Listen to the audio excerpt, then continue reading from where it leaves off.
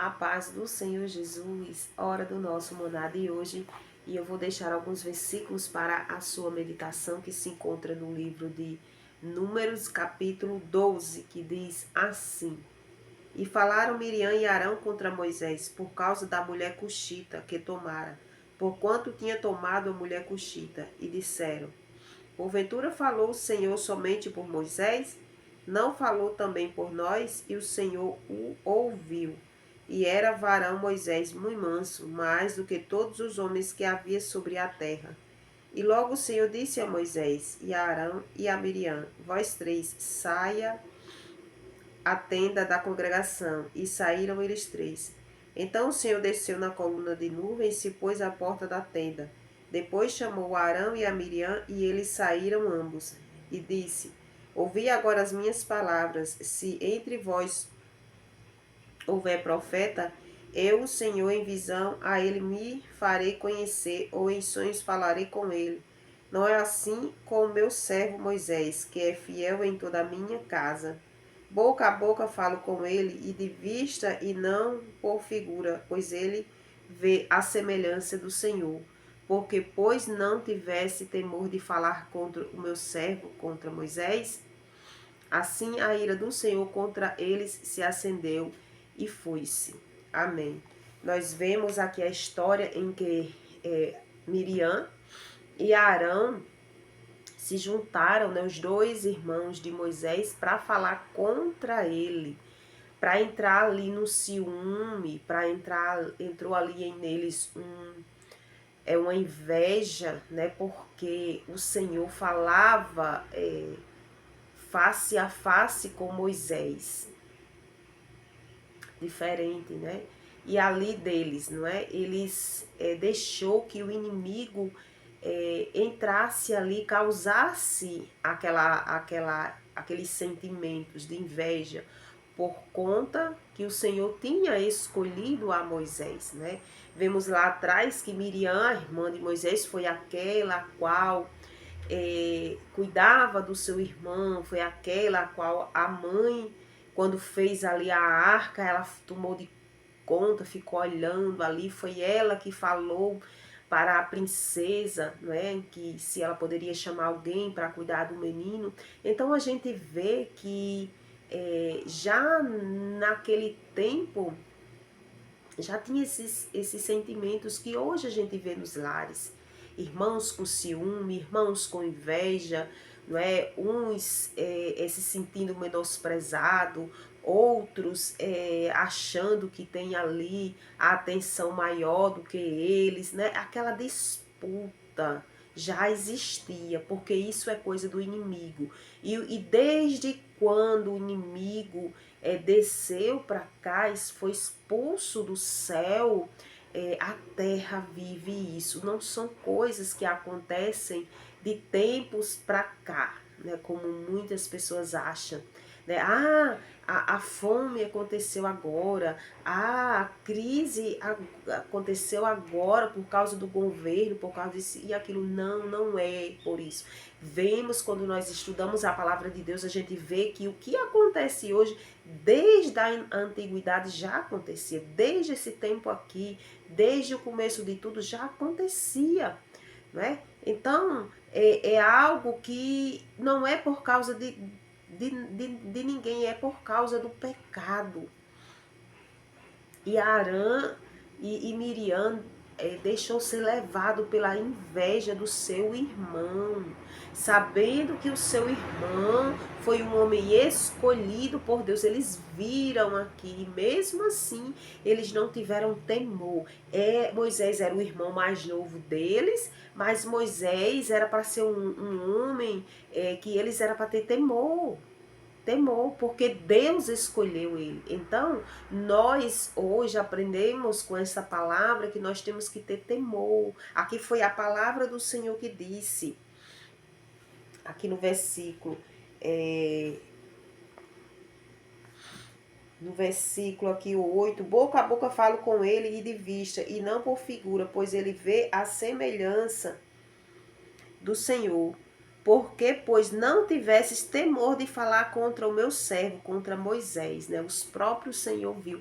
Deus, ele viu quando eles se juntaram, eles dois, Arão e Miriam, para conversar sobre esse assunto pelas costas de Moisés, né? Para ali estar naquela disputa, falando mal, né? E ali o Senhor viu todas as coisas. Então, meus irmãos, que nós tenha cuidado ao falar, cuidado nas nossas conversas, trazendo para o ensinamento de hoje, para que a gente tenha cuidado com aquilo que a gente conversa, com aquilo que a gente pensa, com aquilo que a gente fala, porque o nosso Deus tem visto todas as coisas, né? Por causa desta situação, não é? De falsidade, Miriam pagou um preço muito alto, né? Porque foi ela que começou. Ela foi o cabeça, foi ela que começou a conversar com Arão sobre por que, que o Senhor só fala com Moisés, por que, que o Senhor... Então, meus irmãos, que a gente tenha muito cuidado, porque para cada pessoa que está na casa do Senhor, Deus tem um trabalho para cada pessoa. Uns canta, outros prega, outros limpa a casa do Senhor, outros são porteiros. Nem todo mundo Deus chamou para ser pastor, nem todo mundo é missionário, nem todo mundo é zelador, nem todo mundo é porteiro, né? Para cada um Deus tem um trabalho.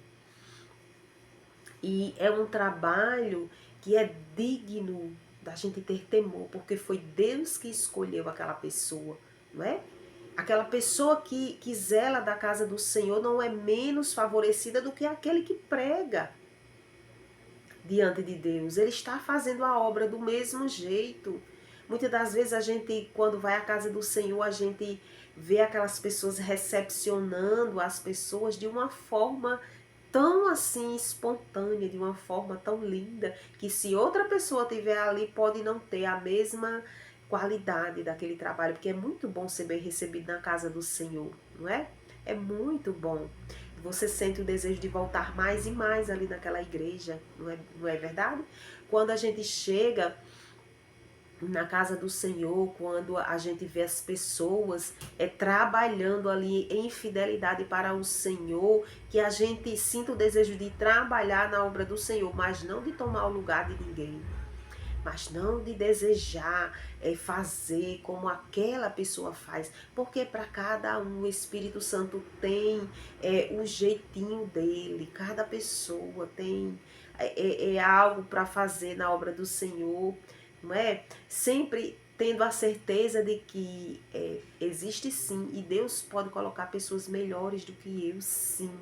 A gente nunca pense, nunca ache que na casa do Senhor, porque eu sei fazer isso aqui, ninguém mais sabe. Aí, meu Deus do céu, começa aquele embaraço do inimigo. Deus, ele vai capacitando cada pessoa para fazer a obra dele. Não precisa de eu ficar de olho no seu trabalho, não precisa de você ficar de olho no meu, e nem da irmã, nem do irmão, nem de ninguém. Se você tem desejo de trabalhar na casa do Senhor, pergunte ao Senhor: Senhor, o que é que o Senhor quer que eu faça?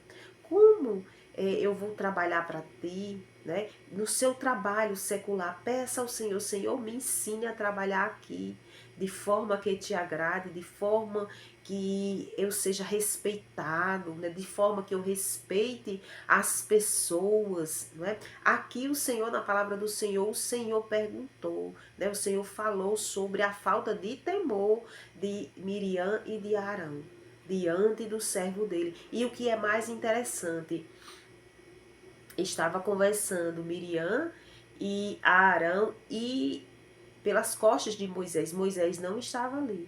E imediatamente Deus, lá dos altos céus, chamou eles três para terem uma conversa com ele ali na tenda da congregação, né?